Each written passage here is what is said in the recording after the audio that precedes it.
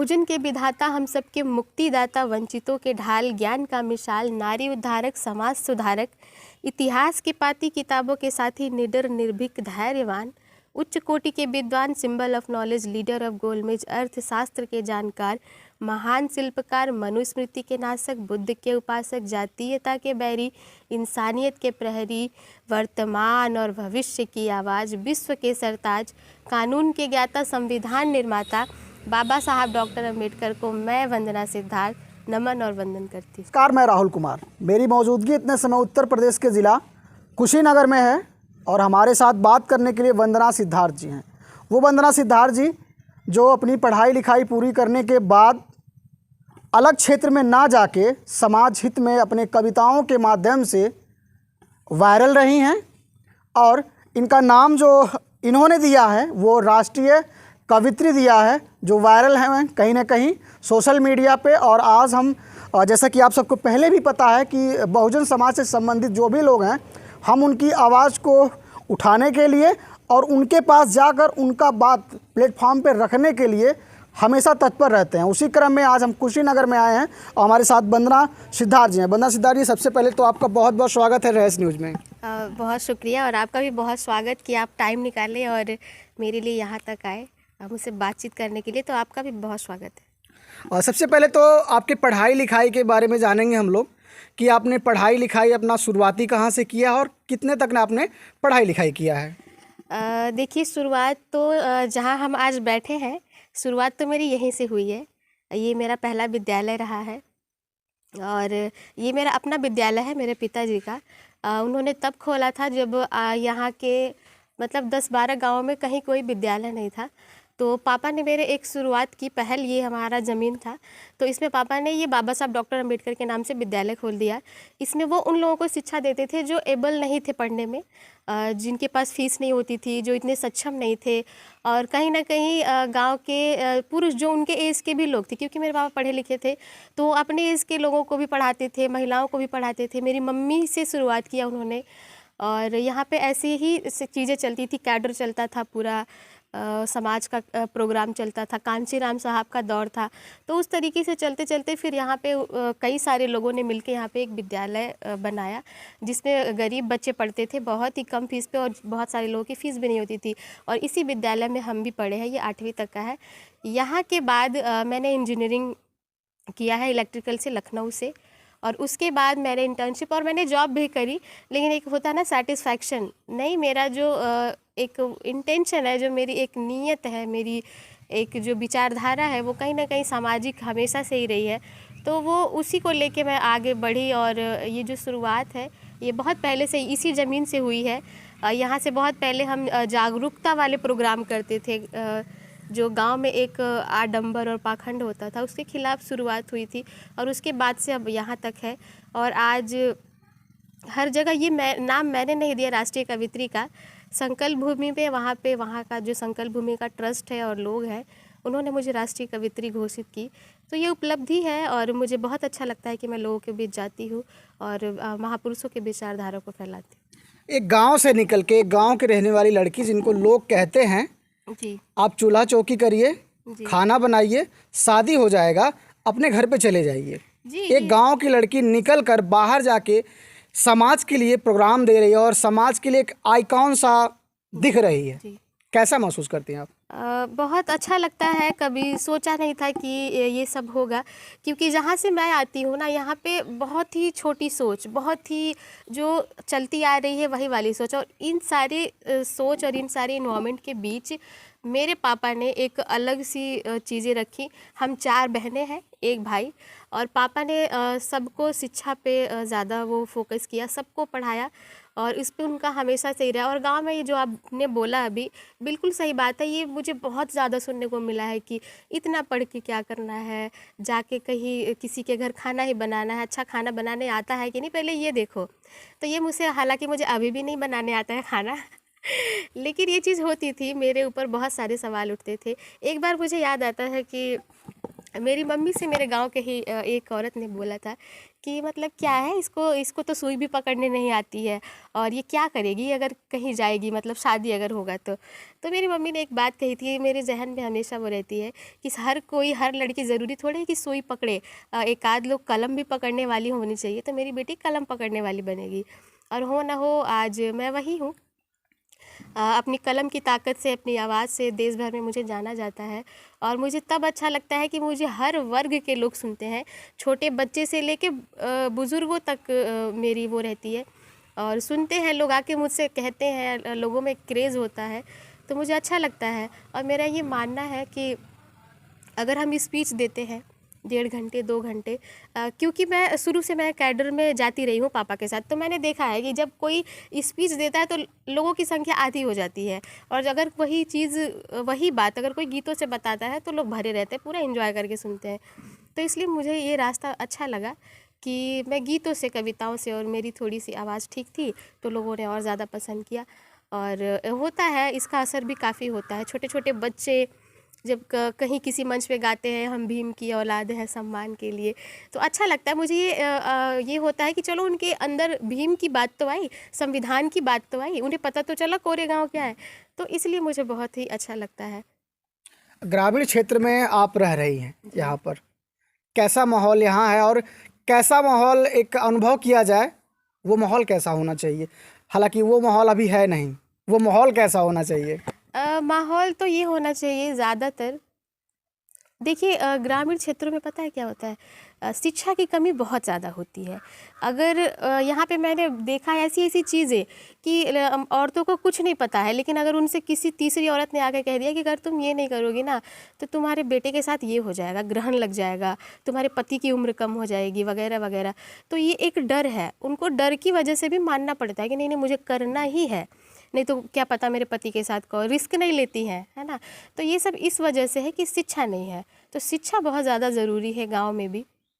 और आप खुद देखो, अगर मेरे पापा ने मुझे पढ़ाया नहीं होता और इतनी शिक्षा मैंने नहीं ली होती, और शिक्षा के साथ साथ सामाजिक ज्ञान भी, है ना, क्योंकि मेरा मानना है कि अगर आपको सामाजिक नॉलेज नहीं है, अगर आपको अपना इतिहास नहीं पता है, अगर आपको ये नहीं पता है कि आप किसके सामने कैसे बात करना है, अगर आपको बड़ों की इज़्ज़त करना नहीं पता है, तो आपकी डिग्री भी किसी काम की नहीं है, वो पढ़ाई में किसी काम की नहीं समझती। तो शिक्षा बहुत ज़्यादा ज़रूरी है, और गांव में तो खासकर ज़रूरी है, और ज़्यादातर महिलाओं में ज़रूरी है, क्योंकि घर की जो गृह मंत्री तो वही होती है भाई। तो अगर उन्होंने पढ़ लिया, अगर उनके अंदर जागरूकता आ गई, तो अपने बच्चे को भी वही शिक्षा देंगी, और नहीं कहते हैं कि अंधभक्त नहीं, अच्छे बच्चे पैदा करेंगी। तो ज़्यादातर महिलाओं में शिक्षा होनी चाहिए, जो कि अभी नहीं है ज़्यादातर। अपने कोटेशन से आप वायरल हैं जी, वो कोटेशन हम सुनना चाहेंगे कि वो कोटेशन कौन है। बताया जा रहा है करीब 1.5 मिनट का वो कोटेशन है, तो एक बार कोटेशन हो जाए। जी जी बिल्कुल। मुझे भी ये लगता है कि मैं ऐसी पहली कवित्री हूँ जिसकी कविताओं से ज़्यादा संबोधन वायरल है। तो हर जगह जब मैं जाती हूँ तो लोग आके कहते हैं मैंने आपका संबोधन सुना। बहुत कम लोग आके कहते हैं कि मैंने आपकी कविता सुनी, ज़्यादातर संबोधन के लिए कहते हैं। तो जी बिल्कुल मैं वो सुनाती हूँ। ये बाबा साहब के लिए लिखा गया, और मुझे पढ़ के भी मैं बहुत गर्व फील करती हूँ कि मैं ऐसे महापुरुष की वंशज हूँ। तो बिल्कुल मैं वो सुनाती हूँ कि बहुजन के विधाता, हम सबके मुक्तिदाता, वंचितों के ढाल, ज्ञान का मिसाल, नारी उद्धारक, समाज सुधारक, इतिहास के पाती किताबों के साथ ही निडर निर्भीक धैर्यवान, उच्च कोटि के विद्वान, symbol of knowledge, leader of गोलमेज, अर्थशास्त्र के जानकार, महान शिल्पकार, मनुस्मृति के नाशक, बुद्ध के उपासक, जातीयता के बैरी, इंसानियत के प्रहरी, वर्तमान और भविष्य की आवाज़, विश्व के सरताज, कानून के ज्ञाता, संविधान निर्माता, बाबा साहब डॉक्टर अम्बेडकर को मैं वंदना सिद्धार्थ नमन और वंदन करती हूँ। जो युवा पीढ़ी हैं, जो हमसे छोटे हैं, बड़े तो बिगड़ गए होंगे आधे, जो हमसे छोटे हैं और बहुजन समाज से संबंध रखते हैं और बहुजन समाज में रह रहे हैं, उनको क्या संदेश और क्या मैसेज देना चाहेंगे आप? देखिए, मैसेज मैं यही देना चाहूँगी कि पहले तो वो ज़्यादा से ज़्यादा अब फोकस अपनी पढ़ाई लिखाई पे करें, क्योंकि बाबा साहब ने 2 चीज़ें हमें दिया, एक तो वोट और दूसरा कलम। ये दोनों हमारे पास बड़े हथियार हैं, और इन दोनों का सही इस्तेमाल हमें करना होगा। तो जो युवा वर्ग है, मैं उनसे यही चाहूँगी कि वो पढ़ें, ज़्यादा से ज़्यादा शिक्षा हासिल करें, अपना इतिहास जानें, और अगर नौकरी करते हैं तो अच्छी बात है, और उससे भी ज़्यादा वो प्रायोरिटी ये दें कि वो अपने समाज का नेतृत्व करें, है ना। क्योंकि बाबा साहब ने अपने एक स्पीच में कहा था, और वो बात मेरे जहन में है, इसी वजह से मैं आगे आ पाई, कि जिन बच्चों के लिए मैंने अपने बच्चे कुर्बान किए, जिन बच्चों के लिए मैंने इतनी सारी मुसीबतें मोल ली और इतना सब कुछ किया, सिद्धार्थ नगर में सिद्धार्थ कॉलेज बनवाया था बाबा साहब ने, वहाँ पे ये स्पीच दी थी कि ये बच्चे आज पढ़ लिख कर, इनके लिए मैंने छात्रावास बनवाया, इनके लिए मैंने विद्यालय खोले, और आज ये बच्चे इतना भी नहीं समझ पाते हैं कि इन सारी चीज़ों के पीछे कितनी कुर्बानियाँ हैं, और ये अपने पढ़ाई लिखाई करके नौकरी में व्यस्त हो जाते हैं। तो मैं तो ये कहूँगी, आप पढ़ाई लिखाई करो और ज़्यादा से ज़्यादा समाज का नेतृत्व करिए, क्योंकि समाज को ज़रूरत है आपकी। एक संबोधन आपका और वायरल हुआ था, हम भीम के औलाद हैं। जी जी जी। वो मेरा एक शेर है जो बहुत ही ज़्यादा लोगों ने पसंद किया, और क्रांतिकारी शेर है, तो मैं वो चाहती हूँ कि मैं सुनाऊँ कि हम भीम की औलाद हैं सम्मान के लिए, हम भीम की औलाद हैं सम्मान के लिए, हम जान भी दे जाएंगे संविधान के लिए, और ऐसा नहीं हमारी ही बस जान जाएगी, घटना फिर कोरेगांव की दोहराई जाएगी। बहुत शुक्रिया। और इसके अलावा भी समाज से कुछ कहना चाहेंगे आप? जी बिल्कुल। समाज से तो देखिए, मैं अभी और चाहे मंचों पे रहूं या फिर मैं किसी इंटरव्यू में, मैं हमेशा ही समाज को एक निर्देश देती रहती हूँ, एक संदेश देती रहती हूँ। महिलाओं पर ज़्यादा मेरा फोकस रहता है कि वो ज़्यादा से ज़्यादा जागरूक हो। राजनीति में रुचि आप रखती हैं? बिल्कुल। बहुजन समाज आज कई भागों में बटा हुआ है जी। कारण क्या है? कारण तो मैं देखिए, एक तो कारण थोड़ा सा कड़वा है। एक तो बहुजन समाज पार्टी जो हमारी बहन जी हमारी हमेशा से ही एक प्रेरणा स्रोत रही हैं, आगे भी रहेंगी। लेकिन अभी क्या है, बीएसपी में काम करने वाले लोग कम हैं। जिस तरीके से एक दौर था कांशीराम साहब का कि लोग सड़कों पे निकलते थे और साइकिल से, पैदल चल चल के, मतलब मेरे घर से भी बहुत सारे लोग लखनऊ, पडरौना, मैं बहुत बार रैलियों में गई हूँ, वो एक दौर देखा था मैंने, इतनी भीड़, इतनी ज़्यादा लोग, और वो पैसे से बुलाई गई भीड़ नहीं रहती है। लेकिन अब कहीं ना कहीं वो चीज़ें बहुत ज़्यादा उसमें गिरावट आई है, और ये इसलिए रहा है क्योंकि हमारे वहाँ नेतृत्वकर्ता कम है और सही नेतृत्वकर्ता नहीं है। तो ये भी एक कारण रहा है, और बहुत सारे लोग आ गए हैं जिसको आज हर कोई नेता ही बनना चाहता है। इतनी सारी पार्टियां, इतने सारे संगठन बन गए हैं, तो ये भी एक कारण रहा है कि आज ये दौर है और लोग बटे हुए। बाबा साहब ने कहा था कि हमारा एक नारा और एक पार्टी होनी चाहिए, लेकिन आज बिखरा हुआ समाज कहीं ना कहीं दो भागों में बंटता जा रहा है। जी। पहला जो बचा खुचा भाग है, बुजुर्गों का भाग है, वो आदरणीय बहन कुमारी मायावती जी का भाग बचा हुआ है जी। और जो ये लड़के युवा पीढ़ी हो रहे हैं वो एक दूसरी तरफ भगते चले जा रहे हैं, जहाँ पर उनको क्या मिल रहा है ये आपको भी पता है। अगर बच्चे सड़कों पे निकल रहे हैं तो उनको मुकदमा मिल रहा है झेलने को, पढ़ाई लिखाई में उनके दिक्कत, आगे नौकरी चले तो वो दिक्कत। जी बिल्कुल। एक इसको इस तरीके से केवल नहीं देखा जा सकता है कि हम आंदोलन कर रहे हैं। इसको आप किस नज़रिए से देख रहे हैं? देखिए, इसमें बहुत सारी चीज़ें हैं। एक तो जैसे क्या होता है कि अगर कोई हम नदी या नाला बनाते हैं तो उसको जहाँ से रास्ता मिलता है वो पानी बहता चला जाता है, और एग्जैक्टली यही हो रहा है। और आजकल के जो युवा पीढ़ी है उनको ऐसा लगता है कि ये चीज़ बढ़िया चल रहा है, लाव लश्कर है और अच्छा है, तो हमें जाना चाहिए। एक तो बाबा साहब के नाम पे आज की जो राजनीति है, चाहे वो बीजेपी हो, कांग्रेस हो, किसी भी पार्टी के लोग हों, बाबा साहब के नाम पे वो राजनीति करते हैं। अब वो उसको डर समझ लीजिए, या उनकी मजबूरी है, या फिर वो सच में उनको मानते हैं। बहुजनों का वोट लेना है, बहुजनों का वोट लेना है, तो इसकी वजह से। और कहीं ना कहीं देखिए, जिसकी आप बात कर रहे थे वहाँ भी यही है। तो जो हमारा युवा है ना, एक तो वो बाबा साहब के नाम पे भाग रहा है, और दूसरा कुछ लोग जो उसमें हैं उनको सबको वही बनना है जो वहाँ वो देख रहे हैं कि नहीं हम भी नीला गमछा लगा के और आंदोलन करके हम भी एक नया पार्टी बना लेंगे, हम भी बाबा साहब के नाम पे वोट इकट्ठा कर लेंगे, सांसद बन जाएंगे। तो ये चीज़ तो पॉसिबल नहीं है। समाज का काम होता है निस्वार्थ ढंग से होता है ना। अब कांशीराम साहब ने कभी 2 कपड़ों में अपनी पूरी ज़िंदगी काट दी, कभी वो घर नहीं गए, कभी अपने नाम से संपत्ति नहीं बनाई। तो ये सारी चीज़ें छोड़नी पड़ती है। अगर आप किसी समाज के लिए सच में समर्पित हैं तो ये छोड़नी पड़ती है। बीएसपी और एएसपी आज़ाद समाज पार्टी, जी, अगर दोनों में से किसी एक को चुनना हो तो आप किसको चुनेंगी? मैं बिल्कुल बीएसपी को ही चुनूँगी, क्योंकि देखिए एक अच्छा दौर मैंने देखा है, बहुत अच्छा दौर। और आज भी कहीं ना कहीं अगर अनुशासन की बात की जाए तो वो बहन जी बहुत ही सलीके से, बहुत अच्छे से संभाल सकती हैं।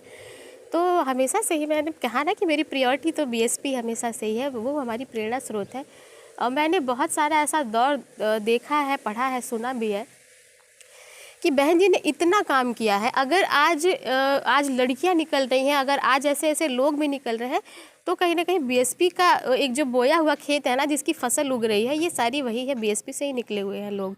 तो हमेशा से ही बीएसपी चुनेंगे आप? जी बिल्कुल। और जो युवा जो भटक जा रहे हैं उनके लिए क्या कहना चाहेंगे आप? उनके लिए तो मैं कर रही हूँ ना, इसीलिए तो मैं निकली हूँ घर से, उनके लिए तो मैं काम कर रही हूँ कि युवा वर्ग थोड़ा सा इस चीज़ को सीरियस ले। और बुज़ुर्ग जो है वो तो है ही कैडराइज लोग, तो बिल्कुल। और रही बात कहने की, तो मैं हमेशा से यही कहूँगी कि ज़्यादा से ज़्यादा पढ़ाई करें, शिक्षित हो, और उसके बाद समाज का नेतृत्व करें। गीतों से क्या बदलाव आता है? क्योंकि तमाम सारे लोग हैं और जो बहुजन समाज में आकर बहुजन समाज से संबंधित गीतों का प्रचार प्रसार कर रहे हैं जी, और स्टार से लेकर सुपर स्टार गवैया आ रहे हैं, जी। क्या बदलाव आ रहा है? पहली बात तो मैंने अभी जब मैं बिहार में थी, मैंने वहाँ पे एक बात बोली थी कि मैं गाने वाली नहीं, क्योंकि मेरे पास बहुत सारे ऑप्शन थे। तो मैं गाने वाली नहीं, मैं बहुजन समाज को जगाने वाली हूँ।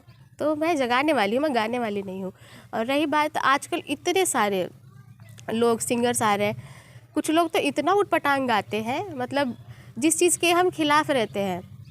हम हमेशा जाति के खिलाफ़ रहते हैं, जातिवाद के खिलाफ़ रहते हैं। तो वो उसमें कास्ट का बात भर भर के, कहीं कोई जाटा, कोई अहीर, कोई पासी, कोई चमार। तो मैं ऐसे गानों का मैं समर्थन नहीं करती हूँ हालांकि। और लेकिन हाँ ठीक है, लोग निकल रहे हैं तो मैं तो ये चाहूँगी कि वो अपने गायकी में सुधार करें। और ज़्यादा से ज़्यादा अगर देखिए, अगर आप फिल्मी लाइन में हैं तो आप कुछ भी गा सकते हो, लेकिन अगर हम समाज के गीतों को प्रेजेंट कर रहे हैं ना, तो वो सिर्फ गीत नहीं होता है, ठीक है। उसमें बहुत सारे कोटेशन हम तमाम किताबों से ढूंढ के ले आते हैं कि हमारे महापुरुषों ने क्या कहा था, उसको हम गीतों में पिरोते हैं, उसके बाद हम प्रेजेंट करते हैं। तो इसके लिए हम कुछ भी नहीं गा सकते। मैं अपनी ये जिम्मेदारी मानती हूँ कि मैं कुछ भी नहीं गा सकती। मैं अगर गा रही हूँ, अगर किसी मंच पे हूँ और पीछे बाबा साहब की फ़ोटो लग रही है, तो मुझे सारी चीज़ों का ध्यान में रखना है कि मुझे वहाँ पे क्या बोलना है। और जो नए सिंगर हैं, मतलब बहुत ज़्यादा मैं रील्स वगैरह देखती हूँ, कभी कभी मैं बहुत उससे उदास भी हो जाती हूँ कि क्या है, हम जिस समाज को इधर लेके जाना चाहते हैं वो इधर भाग रहा है। तो ठीक है, धीरे धीरे लेकिन बदलाव भी काफ़ी आया है, स्वीकार्यता भी बढ़ी है, तो अच्छा है, ठीक है। हम सारी चीज़ों को इकट्ठा एक बार में नहीं कर सकते, धीरे धीरे हो जाएगा, टाइम लगेगा। लास्ट में कोई और संबोधन, आपका कोटेशन जो वायरल रहा है? बहुत सारी चीज़ें, बहुत सारे गीत वायरल रहे। अभी तो मेरी आवाज़ काफ़ी ख़राब है, मैं लगातार सफ़र करके आ रही हूँ, लेकिन मैं एक शेर मैं कहना ज़रूर चाहूँगी कि मुफलिसी हमें मंजूर है पर अपमान हमें बर्दाश्त नहीं। मुफलिसी हमें मंजूर है पर अपमान हमें बर्दाश्त नहीं। हम आग भूख की सह लेंगे पर इज्जत पर आघात नहीं। बहुत बहुत धन्यवाद आपका। Thank you, thank you. तो ये थी हमारे साथ बातचीत करने के लिए वायरल गर्ल कहें, कवित्री कहें, समाज सुधारक कहें, इनको क्या कहें, ये कमेंट बॉक्स में आप बताइएगा। और हमारी मौजूदगी थी कुशीनगर में। धन्यवाद।